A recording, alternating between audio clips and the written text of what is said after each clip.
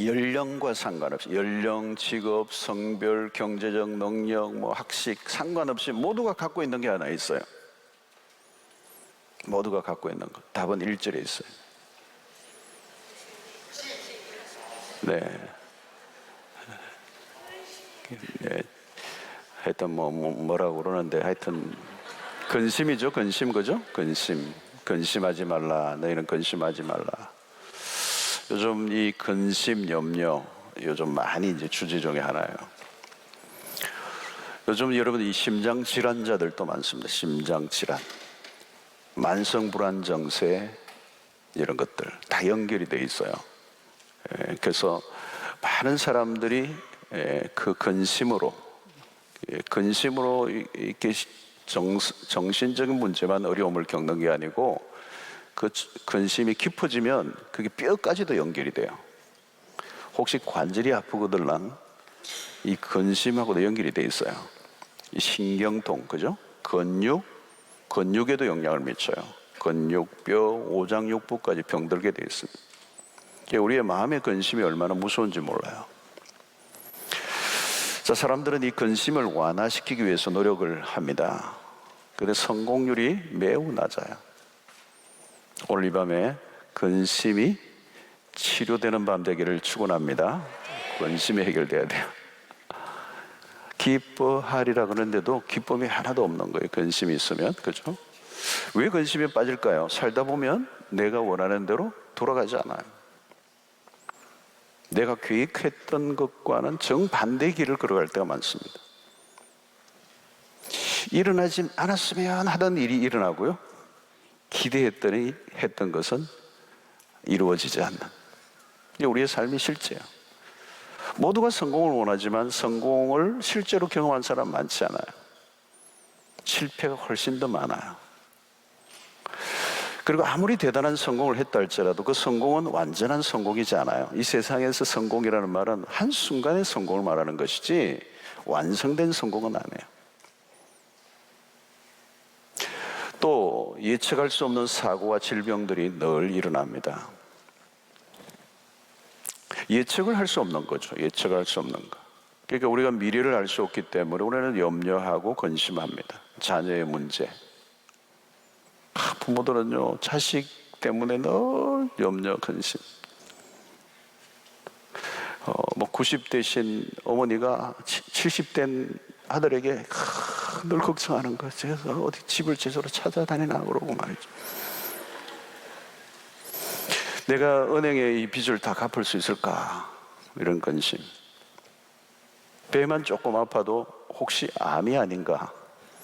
이런 근심하죠? 그죠? 자꾸 이제 남편에게 혹시 다른 여자가 생긴 것은 아닌가? 자꾸 이제 갔다 오면 와이사스를 자꾸 쳐다보고 이렇게 막 확인하고. 그 근심이죠, 여러분.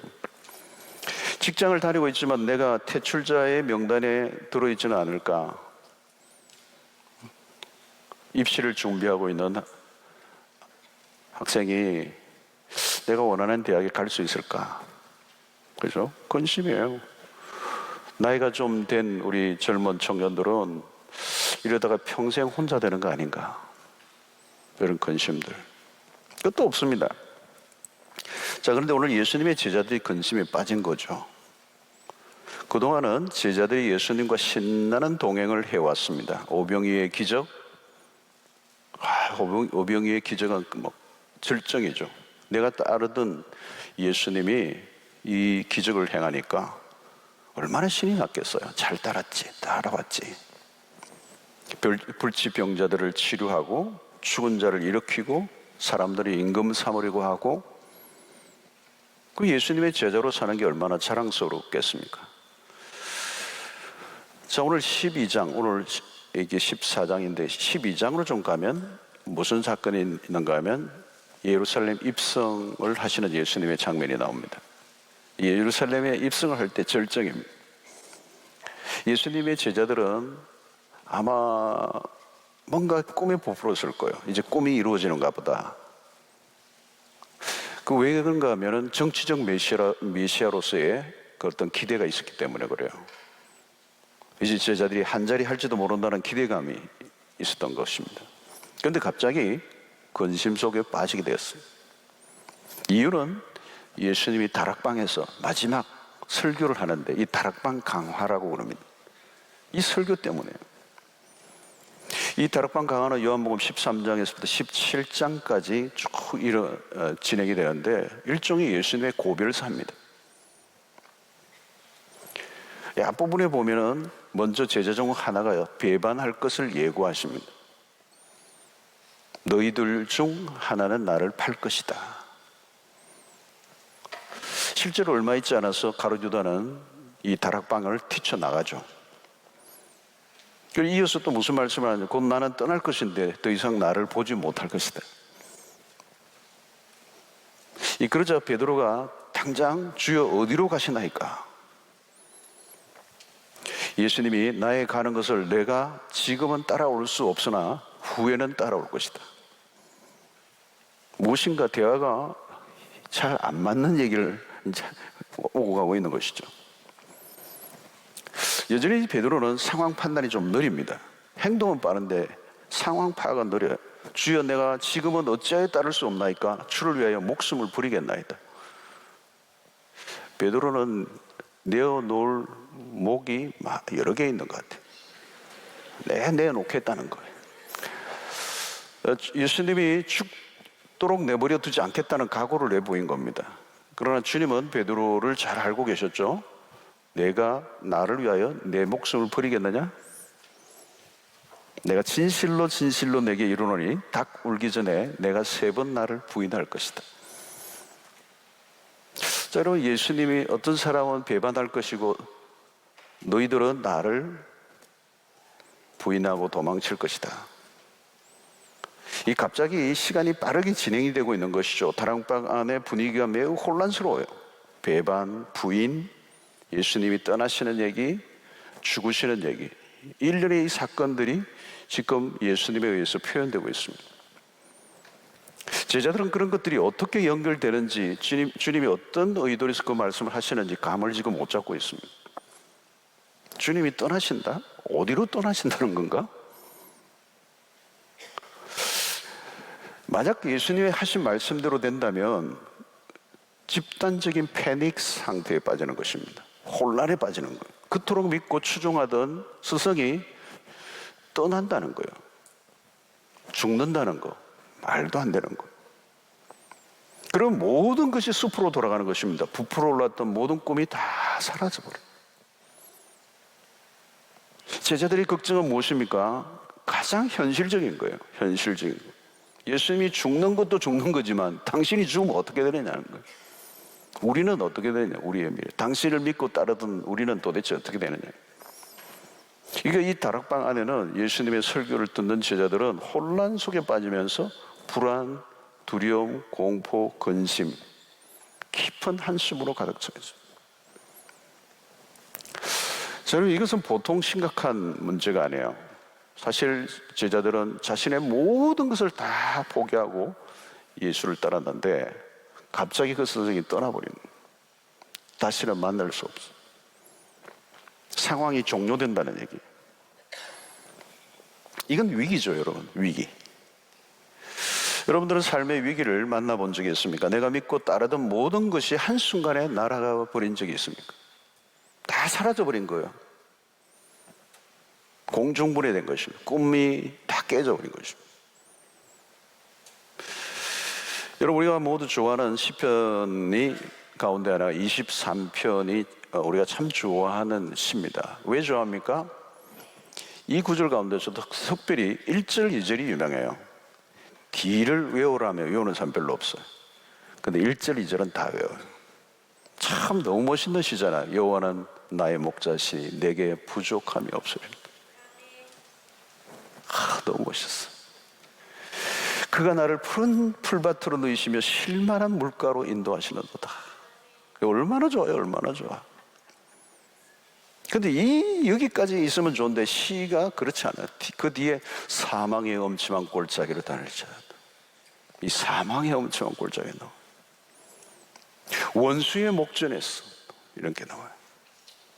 이것은 우리가 받아들이고 싶지 않은 것들이에요. 그죠? 여러분, 교회 다니는 것을 포기하고 싶고 하나님을 떠나고 싶은 위기, 내가 기대했던 것과 전혀 다른 상황으로 펼쳐질 때, 내가 알고 있던 하나님과 다른 하나님을 만나게 될 때,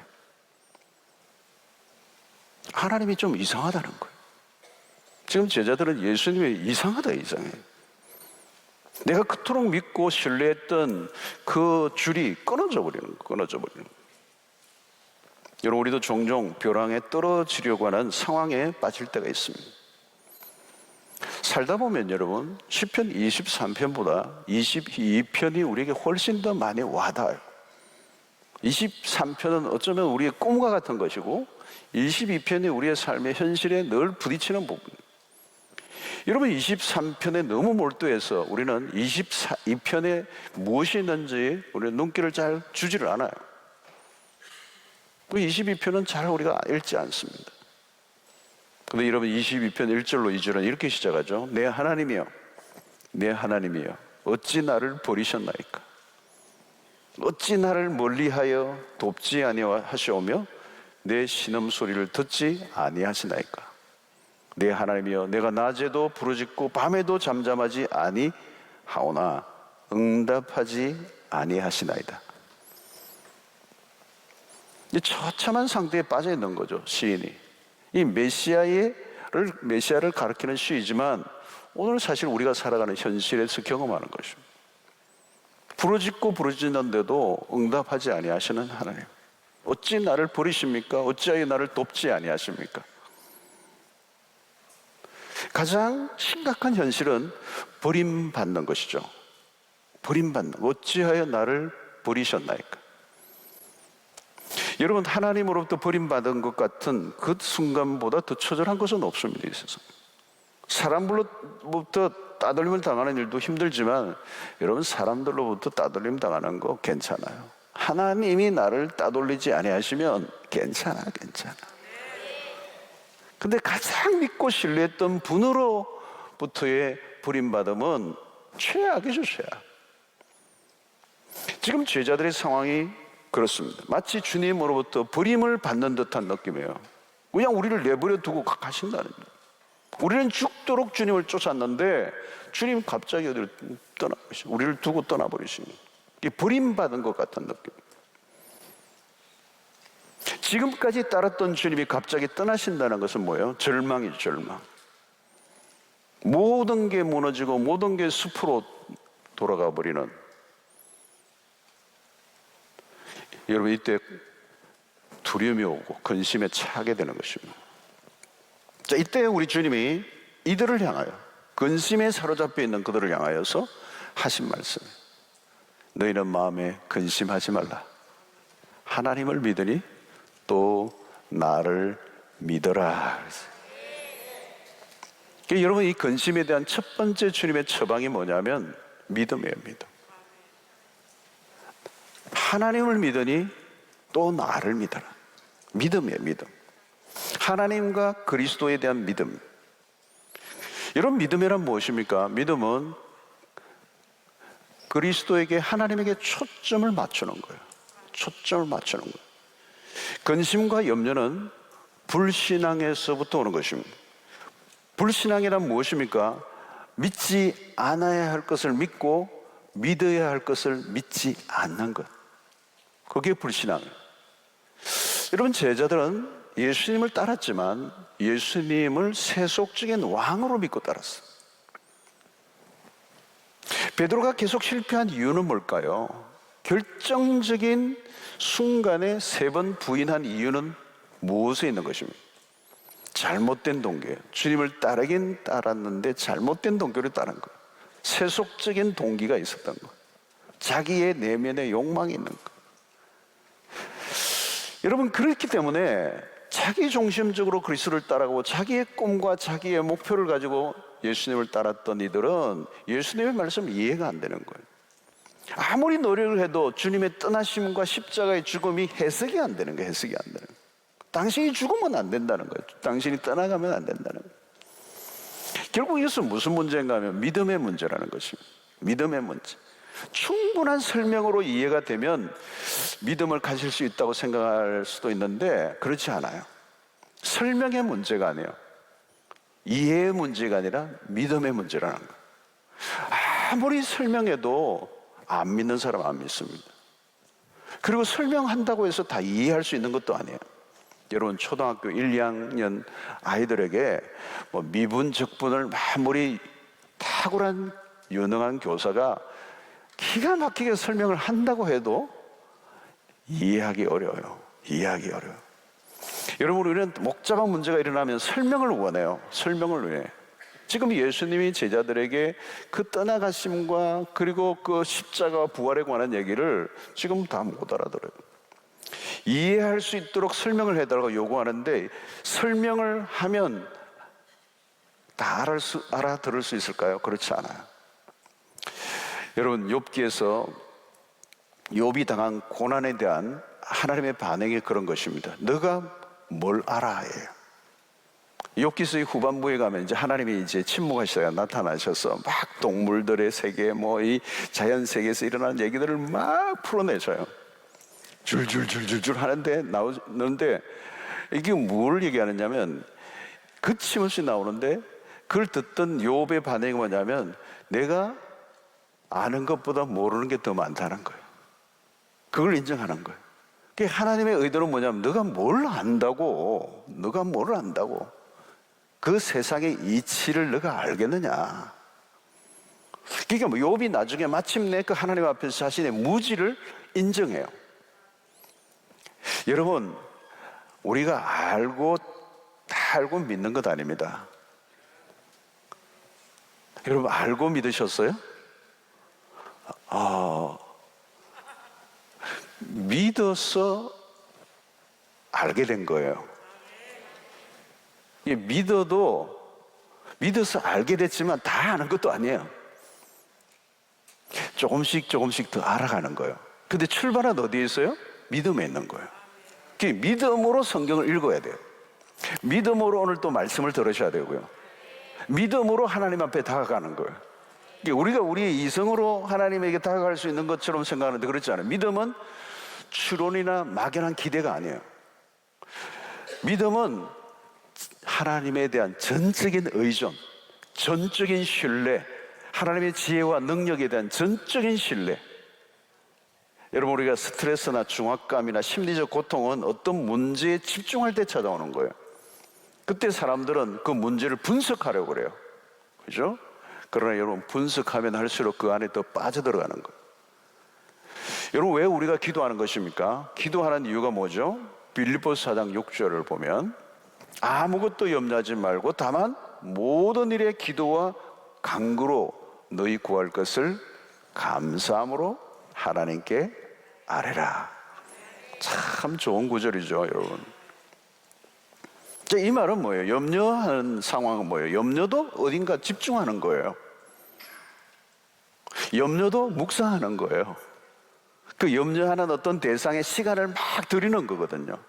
아침에 일어나서 시작부터 밤 잘 때도 그렇고 꿈속에도 나오고 주야로 묵상하는 거잖아요. 그러니까 여러분, 이 염려, 이 집중하는 것을 시선을 옮기는 겁니다. 기도라는 게 뭐냐면 누구에게로요? 하나님에게로 옮기는 것이죠.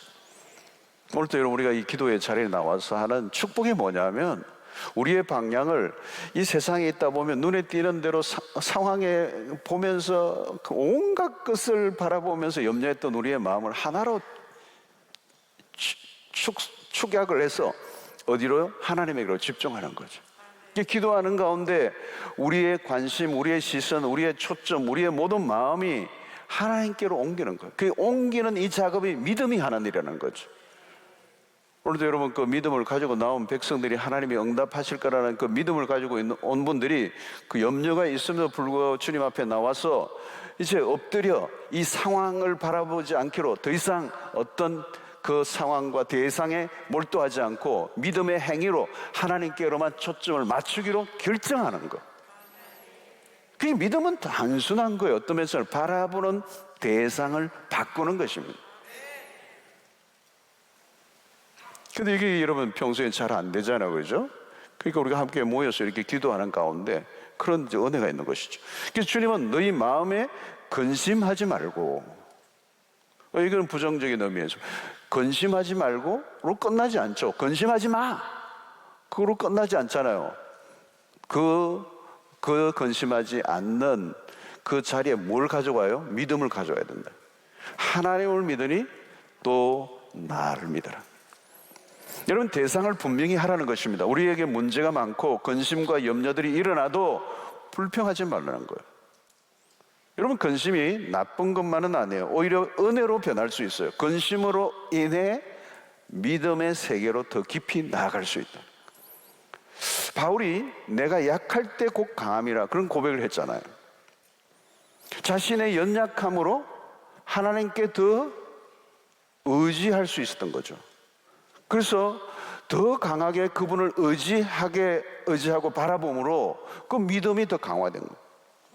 여러분, 우리가 세상을 사는 동안 근심으로부터 떠나 살 수가 없으면 때로는 근심이 있지만 그 기도하는 가운데 우리의 모든 근심들을 몰아내는, 그래서 하나님에게 우리가 얼마나 집중하느냐, 그게 믿음의 작용이고 그 믿음은 하나님에게 시선을 집중하게 하는 놀라운 어떤 우리의 매개가 되는 것입니다. 자, 로마의 그리스도인들에게 이제 이런 격언이 하나 있습니다. 기도의 법칙이 믿음의 법칙보다 우선한다. 이 기도하라는 거죠. 기도가 믿음을 낳고 믿음이 더 좋은 믿음을 낳게 될 것이다. 그러니까 여러분, 출발점에 기도가 있지만 그 기도로 머물러 있지 않아요. 기도가 믿음을 낳는다는 거죠. 그리고 그 믿음이 더 큰 믿음으로 나아가도록 이끌어준다는 것. 자, 여러분, 오늘 우리의 삶 속에 이 믿음, 이 근심의 자리에 믿음이 대체되고 그 믿음은 하나님에게 집중함으로 그 믿음이 더 커져갈수록 염려와 근심이 우리 안에 자리를 잡을 공간이 없게 되는, 오늘 이 밤에 기도하는 가운데 믿음이 더 강화되시고 그 믿음이 하나님께만 온전히 집중하게 만드심으로 염려가 완전히, 근심이 사라지는 은혜가 있게 되기를 축원합니다. 여러분, 이건 세상에서 가질 수 있는 게 아니죠. 세상은 기도를 모르고 믿음이 뭐고 하나님이라는 존재를 우리가 인정하지 않기 때문에 근심하지 않을 수 있는 여러 가지 심리적 요법이나 세상적인 방식이나 어떤 정신과적인 그런 접근을 하지만 거기는 답이 없어요. 아무리 노력하지만 결국은 그 염려와 근심에 더 빠져들어가게 될 수밖에 없는 일들이 있는데, 오늘 우리는 기도라고 하는, 믿음이라고 하는, 그리고 우리의 초점을 하나님에게 둘 수 있다는 이 어마어마한 세계를 하나님 우리에게 허락하신 것입니다. 그래서 다만 기도와 간구로 너희 구할 것을 감사함으로 하나님께 아뢰라. 그리하면 모든 지각에 뛰어나신 하나님의 평강이 그리스도 예수 안에서 너희 마음과 생각을 지키시리라. 할렐루야. 자, 그 다음에 주님이 중요한 주제를 하나 더 가지고 오세요. 그걸로 끝나지 않아요. 2절과 3절을 주목해야 합니다. 내 아버지 집에 거할 곳이 많도다. 이 떠나버리신다고 하고 끝나버린 게 아니고 이제 지금 다른 얘기를 하시는 거예요. 내 아버지 집에 거할 곳이 많도다. 그렇지 않으면 너희에게 일렀으리라. 내가 너희를 위하여 거처를 예비하러 가노니 가서 너희를 위하여 거처를 예비하면 내가 다시 와서 너희를 내게로 영접하여 나 있는 곳에 너희도 있게 하리라. 이거 엄청난 얘기를 하신 거죠. 그러니까 주님은 지금은 비록 내가 떠나지만 잠시 떠나는 거다. 내가 떠나는 이유는 너희들을 위해 더 좋은 것을 준비하기 위해서다. 그러니까 내가 떠남이 끝이 아니라는 거죠. 떠나지만 다시 돌아올 것이다. 떨고 있는 제자들에게 중요한 약속을 하고 있는 것입니다. 자, 주님의 제자들은 지상의 왕국을 꿈꾸고 있었어요. 그런데 제자들에게 전혀 다른 왕국을 지금 하나 소개하고 있는 거예요. 그래서 오늘 2절의 말씀에 매우 중요한 거예요. 내 아버지 집에 거할 곳이 많도다. 거할 곳이 많도다. 여러분, 여기 내 아버지 집 여기 아주 중요한 거예요. 염려할 필요가 없다는 거죠. 무엇을 약속하는 거죠? 아버지 집. 제자들은 지금 우리를 두고 어디로 가십니까? 우리는 지금 고아가 되는입니다. 아니라는 거예요. 아버지 집이 있다는 거예요. 여러분, 이 주님이 말씀하시는 이 집은 그냥 집이 아니에요. 이 세상에 말하는 그런 집이 아니죠. 그렇죠? 뭐 이 세상에 뭐 집들이 있지만 어떤 집을 살아도 그것은 우리의 임시거처죠. 임시거처예요. 뭐 아무리 내 집 뭐 해도 우리 완전한 우리의 퍼머넌트 하우스가 아니에요. 주님은 내 아버지 집을 언급하셨습니다. 제자들이 듣기에는 현실적으로 와닿지 않을 거예요. 뜬구름 잡는 것 같은 소리. 인간적으로 주님의 입장이 사실은 남들에게 근심하지 말라고 할 처지도 아니에요. 그 십자가의 형장의 이슬로 사라져야 될 그리스도가 어쩌면 위로를 받아야 될 위치에 있는데 제자들에게 근심하지 말라는 거예요. 여러분, 이것은 당신의 근심을 숨기시고 제자들에게 근심하지 말라고 하셨을까요? 그럴 리가 없습니다. 근심하지 말라와 내 아버지 집은 무슨 연관이 있는가는 거예요. 주님은 현실의 고통의 문제에서 천국으로 지금 이동을 시키고 있는 거예요.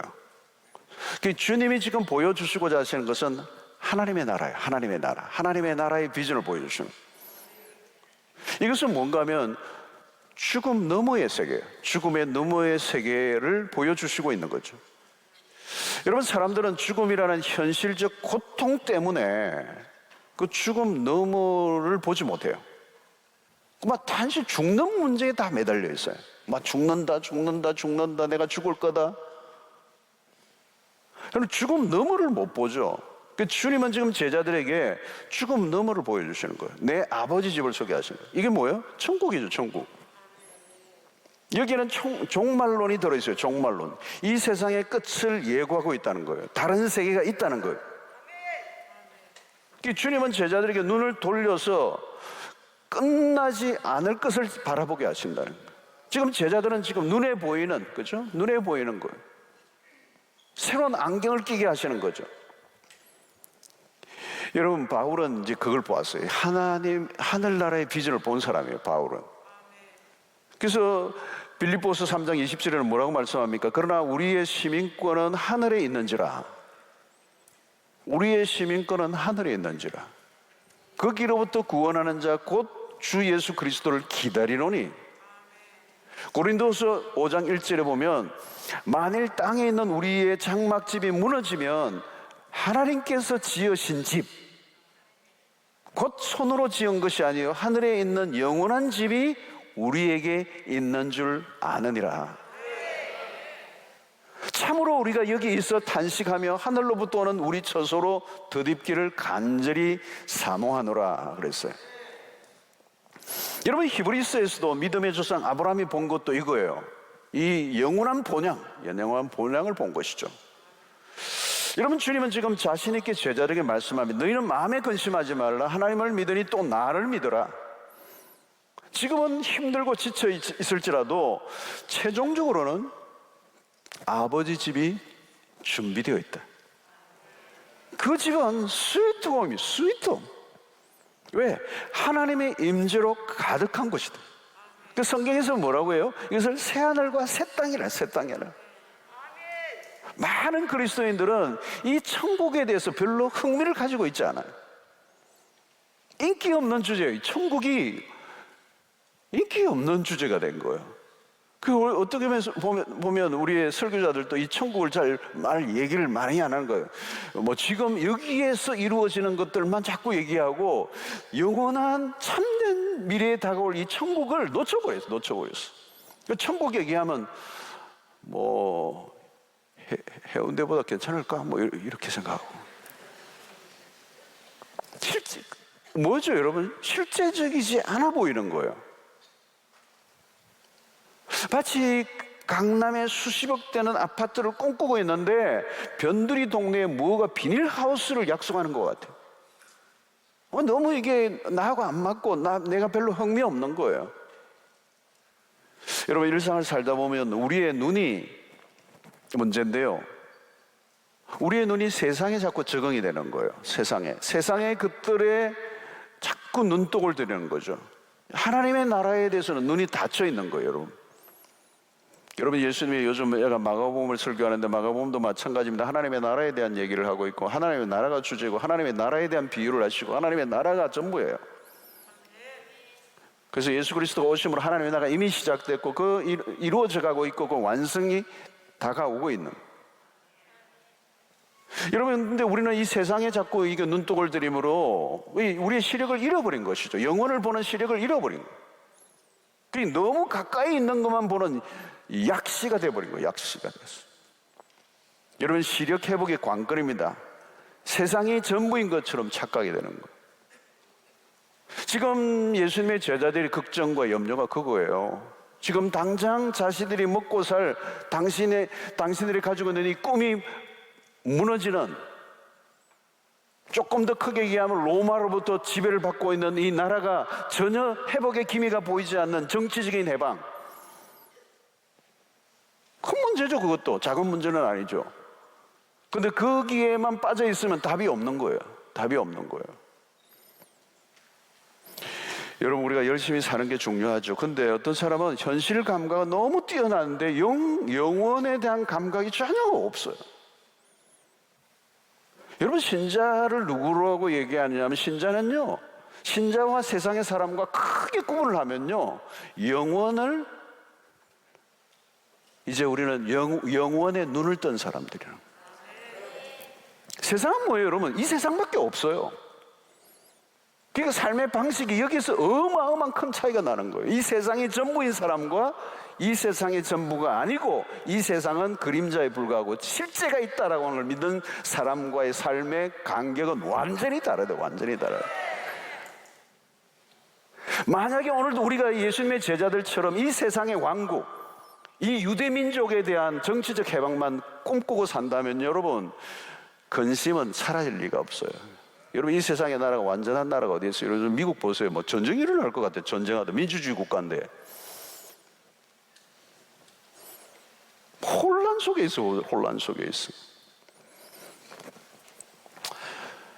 여러분, 영혼에 대한 감각을 잃어버리면 위험합니다. 신자는 신앙을 가질 수가 없어요. 유지할 수가 없어요. 영혼의 세계는 추상적인 게 아니에요. 천국은 모호한 어떤 개념이 아니란 말이죠. 천국은 우리에게, 천국과 지옥은 우리에게 겁을 주기 위한 어떤 하나의 어떤 무슨 사상의 체계가 아니라는 거예요. 실제. 여러분, 영혼의 감각을 가진 사람의 가장 탁월한 현실 감각을 가지고 살 수가 있어요. 현실에 눈에 보이는 것들만 쫓는 사람은요, 가장 비현실적인 존재가 됩니다. 왜? 눈에 보이는 것들은 영원하지도 않고, 눈에 보이는 것들은 다 사라지고 말 것이기 때문에. 여러분, 내가 붙들고 추구하는 눈에 보이는 것은요, 그건 영원하지 않아요. 모든 게 다 끝이 나요. 한순간이에요. 일장춘몽이에요. 그러므로 여러분, 우리는 현실 감각과 영혼의 감각의 이 균형 감각. 예수님의 제자들은 몰려온 근심이 뭐예요? 그들은 현실 세계만 보고 있는 것입니다. 예수님을 따랐지만 지극히 이 세상의 현실의 문제에 매여 있었던 사람입니다. 예수께서 가시는 곳마다 메시아 신드롬을 일으키고 있었어요. 무엇인가 새로운 세상이 올 것 같이 여겼습니다. 근데 지금 예수님이 지금 딴 얘기하고 계시는 거거든요. 여러분, 오늘 본문은 예수님이 제자들에게 다락방에서 말씀을 전하시는 장면입니다. 그죠? 다락방. 근데 참 재미있는 하나의 어떤 한 컷이 있어요. 그게 가룟유다의 얘기예요. 이 다락방에서 가룟유다가 빠져버려요. 그 최후의 만찬 석상에서 이제 갑자기 유다가 무슨 일이라. 요한복음 13장 30절을 보면, 이제 오늘 14장이잖아요. 바로 앞부분이에요. 13장 30절을 보면 유다가 그 조각을 받고, 이 조각이 뭐예요? 빵 조각이에요. 마지막 만찬에 주님의 그 몸을 주는 그 조각을 받고 나자말자 나갔어요, 바깥으로. 그리고 뭐예요? 밤이더라. 나가니 밤이더라. 짧은 구절이지만 매우 상징적인 이야기들이 들어있어요. 그 떡조각을 받았지만 그는 그것의 의미를 몰랐어. 이것은 예수 그리스도의 십자가의 죽으심을 말하잖아요. 비극적인 것은 그가 그리스도의 몸 안에 참여하지 못한 거예요. 떡 조각을 받고 참여해야 되는데 그는 나가버렸어요. 이미 배반한 사람이거든요. 그리고 그는 바깥으로 나가버렸어요. 나갔는데 밤이라는 거죠. 요한이 이 상황을 기막히게 설명하고 있는 거죠. 의미하는 바가 커요. 그리스도 곁을 떠난 순간부터 밤이 와요. 가룟 유다가 추구한 것은 세상의 나라였어요. 가장 예수님의 제자 가운데 가장 현실주의자였어요. 현실의 감각이 타고난 사람이, 그래서 돈을 만졌어요. 헌금을 다 만졌던 사람이고 돈 계산을 할 줄 알았고 굉장히 사리에 밝고 현실 감각이 뛰어난 사람이에요. 그런 이 세상의 나라를 꿈꿨던 거죠. 하나님의 나라와 거리가 멀었어요. 그런데 예수 그리스도가 십자가에 죽으시는 이 사건을 그는 받아들일 수가 없었어요. 이건 사기라는 거죠. 여러분, 세상의 나라는요 이미 망가져 있어요. 다 망가져 있어요. 당시도 그토록 화려했던 로마도 정상적인 나라가 아니에요. 여러분, 지상의 나라는 아무리 제도가 잘 되고 모든 것이 다 갖춰도요 모순투성이에요. 요즘 내가 미국 보면서 제가 그걸 철저히 느껴요. 여러분, 세상의 나라는 불완전해요. 구약의 이스라엘 왕조도 마찬가지잖아요. 남쪽과 북쪽의 나라들 다 보면 하나도 온전한 왕도 없어요. 그나마 최고의 왕의 기준이 다윗이었잖아요. 근데 다윗마저도 어때요, 여러분? 치명적인 실패를 하고요 아들의 반역을 경험해요. 최고의 왕이었잖아요. 세상의 나라는 진정한 평안이 되어주지 않는다는 거예요. 가룟 유다는 그리스도에 대한 잘못된 기도를 했어요. 결국 모든 게 무너져 버렸어요. 그리스도의 곁을 떠나자 밤이 왔습니다. 그는 더 깊은 어둠의 나락으로 떨어지죠. 그리스도 밖에는 소망이 없는 것입니다. 그는 예수님이 말씀하시는 아버지 집 바깥으로 내몰린 사람입니다. 가룟 유다가 방을 나간 것과 제자들에게 주님이 아버지의 집으로 초대하시는 장면은 매우 대조적인 그림이에요. 주님은 제자들에게 최상의 약속을 하십니다. 이보다 더 좋은 것은 없어요. 내 아버지 집. 유다가 떠난 후에 예수님은 제자들과 매우 중요한 이야기를 나누시죠. 십자가의 사건과 부활과 성령 강림을 약속하십니다. 여러분, 이 14장, 15장, 16장, 17장을 보면 너무너무 놀라운 성령의 그 보혜사까지 약속을 하시죠. 여러분, 예수님은 제자들을 어디론가 데리고 가시고자 하신다는 걸 명확하게 알려주세요.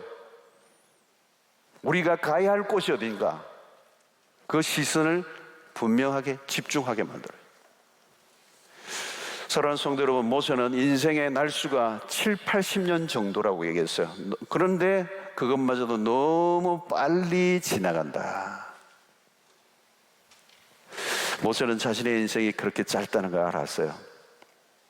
70이요, 강건하면 80이라도. 근데 여러분, 그 모세의 그 기도를 보면요, 그는 더 수명을 연장시켜달라고 기도하지 않아요. 다만 사는 날수를 계수함으로 지혜를 얻게 해달라. 모세는 인생의 한계를 분명히 알았습니다. 그게 지혜입니다. 바울은 그의 삶 속에서 어려운 순간들이 참 많았어요. 죽을 위기를 한두 번 넘긴 게 아닙니다. 그럼에도 그가 승리의 삶을 살았던 비밀이 뭐예요? 그런 천국을 경험한 사람이에요. 바울은 구체적으로 표현하기를 꺼렸지만 천국을 그런 품고 살았어요.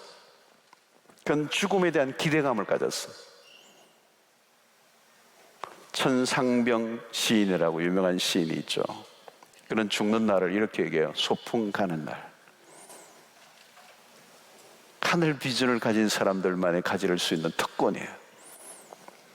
근심하지 말라. 우리의 초점을 바꿔야 합니다. 아무리 좋아도 세상은 세상이에요. 이보다 더 좋을 수는 없다는 말을 듣는 경우가 있는데 그거는 광고용 멘트예요. 이루어질 수 없는 거예요. 속지 마세요. 아무리 발부동 쳐도 이곳은 천국이 아닙니다. 만일 누가 있다고 말하면 그것은 사기예요. 사기. 그 이상한 여자 목사님이, 사이비 목사님이 어디 뭐 피지인가 어디 데려가지고 천국에 있다고 막 교인들 막 사기쳐가지고 데려간 그분이 지금 감옥에 있나 천국에 있나 모르겠는데 천국은 안 갔겠죠. 자, 고린도후서 4장 16절 18절 보십시오. 그러므로 우리가 낙심하지 아니하노니 우리의 그 사람은 낡아지나 우리의 속사람은 날로 새로워지는도다. 우리가 잠시 받는 환난에 경한 것이 지극히 크고 영원한 영광에 중한 것을 우리에게 이루게 함이니 우리가 주목하는 것은 보이는 것이 아니요 보이지 않는 것이니 보이는 것은 잠깐요 보이지 않는 것은 영원합니다. 여러분, 영혼을 놓치면 우리의 신앙은 방황해요. 길이 없어요. 영혼의 시각을 회복하면 현재의 삶을 넉넉히 이깁니다. 현실의 상황을 이기게 하는 힘은 영혼의 힘으로부터 나오는 거예요. 우리가 만일 영혼을 뺏겨버리면 모든 걸 잃어버린 것입니다. 세상의 모든 것은 영원하지 않습니다. 만약 일시적인 것을 붙들고 살면 나중에 아무것도 남는 게 없어요.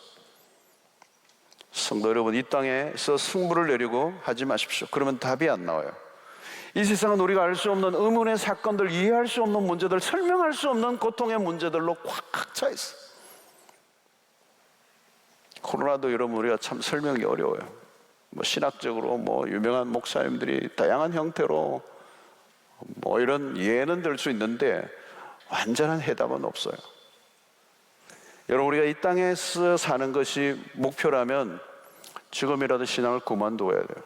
나가서 팔 걷어붙이고 물불 가리지 말고 악을 빡빡 쓰면서 돈 벌고 권력을 잡고 뭐 그래 살아야 돼요. 여러분, 우리가 신앙생활에서 우리가 노력해야 되는 것은 무엇입니까? 시력을 잃어버리지 않는 거예요. 시력을 잃어버리지 않는 거. 죄는 뭘 가져왔어요? 시력을 상실하게 만들었어요.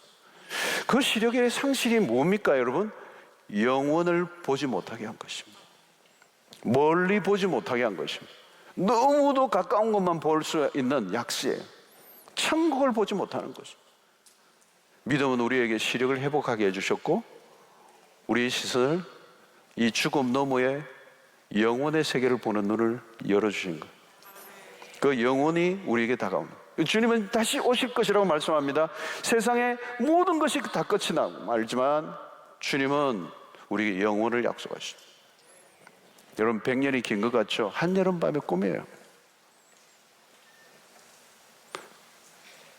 이 세상에 돈이 최고인 것 같이 보이지만 여러분, 그렇지 않죠. 그렇게 믿는 사람은 근심할 일이 쌓여 있어요. 세상을 추구하면 근심은 떠나지 않습니다. 근심으로부터 벗어날 길이 없습니다.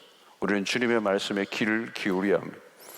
주님은 우리를 위하여 처소를 예비하러 가신다고 말씀하십니다. 이제 우리는 다시 오실 그리스도를 맞이하기 위하여 준비해야 합니다. 내일을 위해 준비하면서 영혼을 위해 준비하지 않는 것처럼 무모한 삶은 없어요.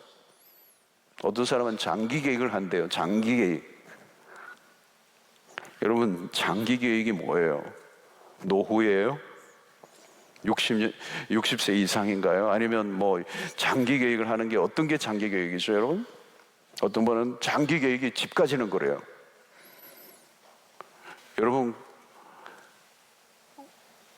우리가 이 땅을 살아가면서 그런 어떤 것들이 필요하지만 진정한 장기 계획은 그게 아니에요, 여러분. 영혼을 바라보는 것, 영혼을 붙잡고 살아가는 것, 영혼에 집중하는 삶을 살아가는 것, 영혼을 놓치지 않게 되기를 축원합니다. 내 마음대로 안 되고 붙들고 있던 것을 잃어버리고 아끼던 것이 깨어져도 안타까워할 필요가 없어요. 고통의 문제로 아파하는 분들이 있을 거예요. 그러나 여러분, 그런 일로 더 감사하세요. 왜? 내가 아파하고 힘들고 상실하고 내가 잃어버린 것들 때문에 우리의 영혼을 더 사모할 수 있었기 때문에. 나는 이 세상을 붙들고 사는 존재가 아니라는 걸 확인하는 거예요. 어떤 게 여러분, 이 세상에 너무 많은 것들을 붙들고 있으면요, 영혼을 생각할 겨를이 없어. C.S. 루이스가 그런 말을 했습니다. 이 세상은 땅 그림자예요. 땅 그림자. 이 세상은 그림자예요. 실체가 아니에요. 그림자는 그림자인 거죠. 그림자를 쫓으면 안 되는 것입니다. 그림자를 보지 말고 실체를 바라보라는 거예요. 믿음의 선진들이 보았던 것은 보이지 않는 것이 실체였다. 보이는 것은 그림자예요. 오늘 예수님은 내 아버지 집에 거할 곳이 많도다.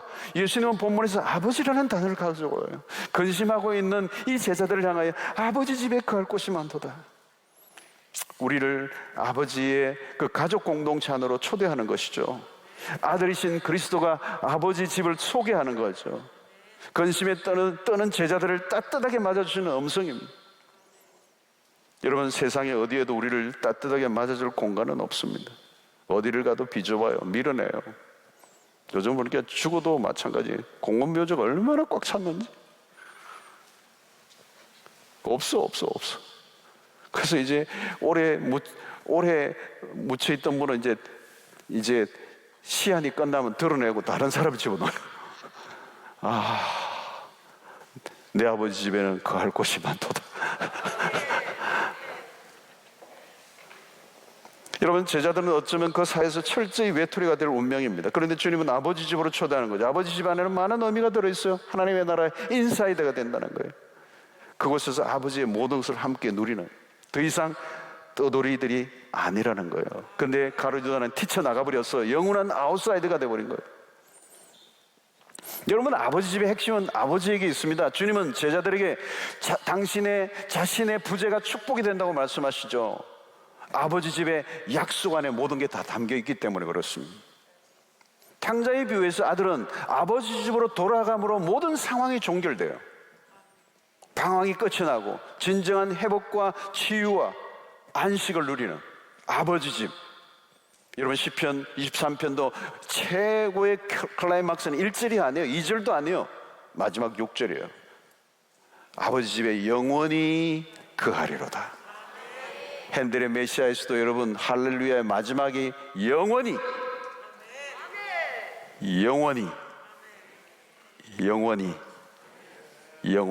4번 이터니티.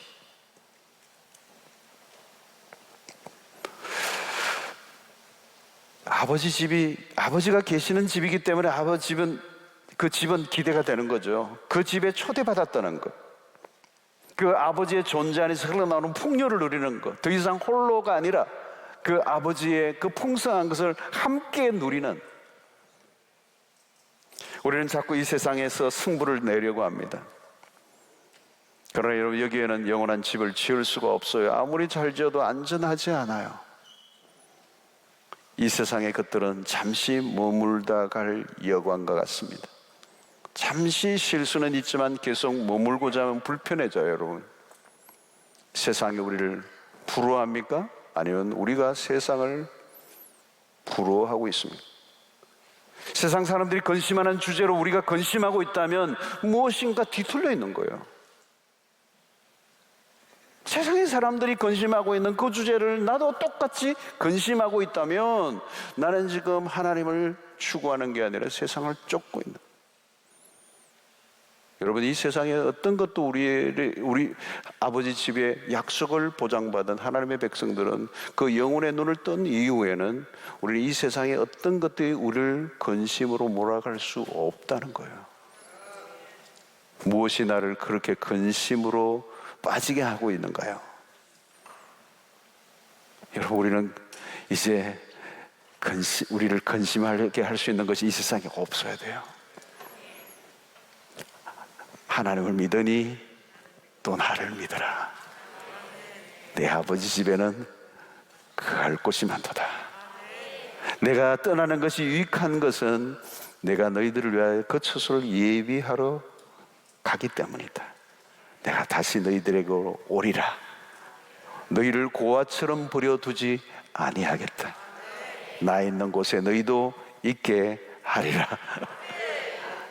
여러분, 이게 하늘의 비전이에요. 오늘 우리가 기도하면서 우리의 시선이 활짝 열려졌어. 그 천국을 바라보는 은혜가 있게 되기를 축원합니다. 그 천국은 멀리 있지 않아요. 아주 바로 앞에 있어요.